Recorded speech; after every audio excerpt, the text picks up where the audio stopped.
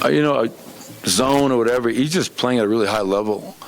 And if you go back probably 2 months ago, you guys were asking questions, asking me, when do I know Jamal is going to be back? And, I just talked about it's not just the scoring. For me, when Jamal is at his best, he's impacting the game across the board at every level. And he was our defensive player of the game tonight. On a night he scored 41 points, 7 assists, only 1 turnover. So that last 2 games, that's 15 assists, 2 turnovers. and he has 5 rebounds. And he did everything in a really efficient manner. 7 of 12 from 3, 15 of 24 from the field. He's aggressive. He's confident. When he has it going, guys are looking for him. And that's what I love most about how well he's playing is that just he's really aggressive right now. Like an aggressive Jamal, a confident Jamal is a scary Jamal. And I love it. There were segments of the game tonight, kind of late third, early fourth, where pretty aggressive on the timeouts, making sure that guys are just doing exactly what you want them to do in that stretch. What about it during that stretch kind of as Atlanta was kind of shortening the lead, were you most concerned about?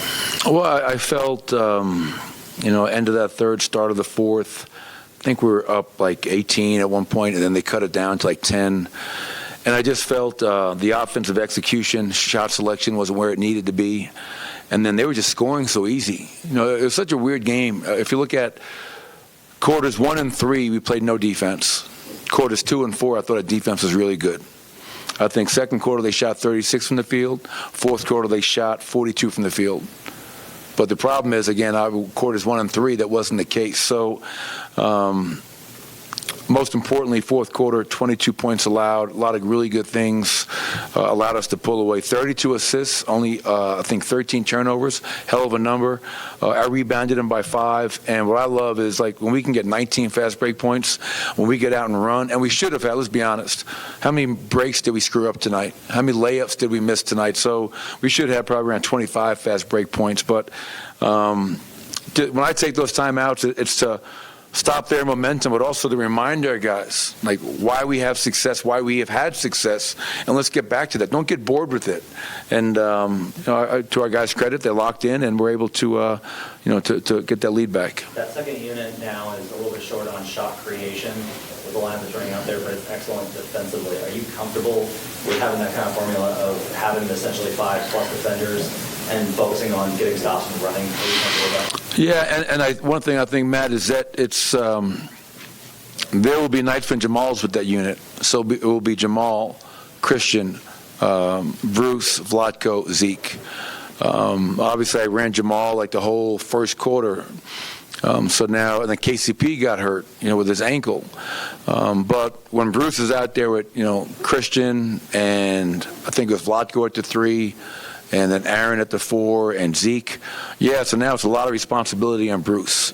And let's be honest, he has been fantastic for us this year as our backup 1, but he's not a natural 1. And but he's done an amazing job for us of filling that role. So, yes, it's nice. You always want to have multiple ball handlers out there. And we'll continue to look at that. But you're right, the defense and the offense that you get from that defense is something that we hope we can achieve. You talk about the decision to play Vlatko tonight, what you liked from him in this matchup? Yeah, I think just coming off the last game, Aaron didn't play, Vlatko started. I thought he was great. I talked with Jeff this morning saying, hey, I think Aaron's going to go tonight, and I'm going to back him up with Vlatko. And, it's a back-to-back tomorrow in Minnesota.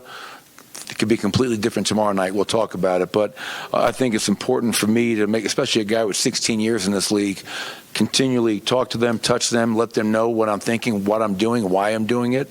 And as I said pregame, the vets we have on this team are amazing. And Jeff goes, hey, whatever you need from me, Coach, I got you. He's up on the bench. DeAndre's up on the bench. Ish is up on the bench. It's a really, really fortunate to have a veteran group that understands what we're trying to do here. To that point where you want to touch guys and communicate with guys. You talk to Bones about where he's at right now? Yeah, it's a real sensitive area, for everyone involved. And with the trade deadline coming up, him not playing the last couple of games, it's just trying to give him some space, but also let him know that yes, this is a business, but we also care about you. You know what I mean? Like, it's that dynamic. But I put myself in his situation, and it's not easy. He's a young kid, got a lot going on in his life, and I just want the best for Bones Highland. I really do. How comfortable are you with the defense that Mike has played since he's come back from that field issue? He had 3 steals tonight and that hustled back for that blocker. That was a hell of a block. I mean, that really was like one of those chase down blocks. And I mean, give Michael credit, man. Like, not even just from when he came back from the heel injury, but even prior to that, Vinny, I think his defense this year has been by far his best stretch of defense. And I know I always say this about it, but like, to me, it just shows that he cares. And I like it. Like, if there are times where I take him out at the end of a quarter or end of a game for defense, it bothers him. And it should. Like, he doesn't want to be that guy. I want to be out here. And he's showing me and the coaching staff that, you know what, let him go out there and play. He's 6'10", he's got 7-foot wingspan. Even when a couple of guys scored on him tonight, but like, they were contested shots in the mid-range. Like, I said, Michael, that's great defense. Like, those are the shots that we'll live with.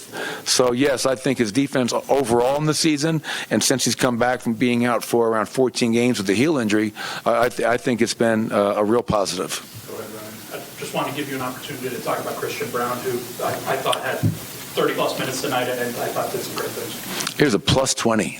That's what I just told him. I said, wow, you're a plus 20 tonight, and if you could make a damn layup, you'd have been like, instead of 4 of 11.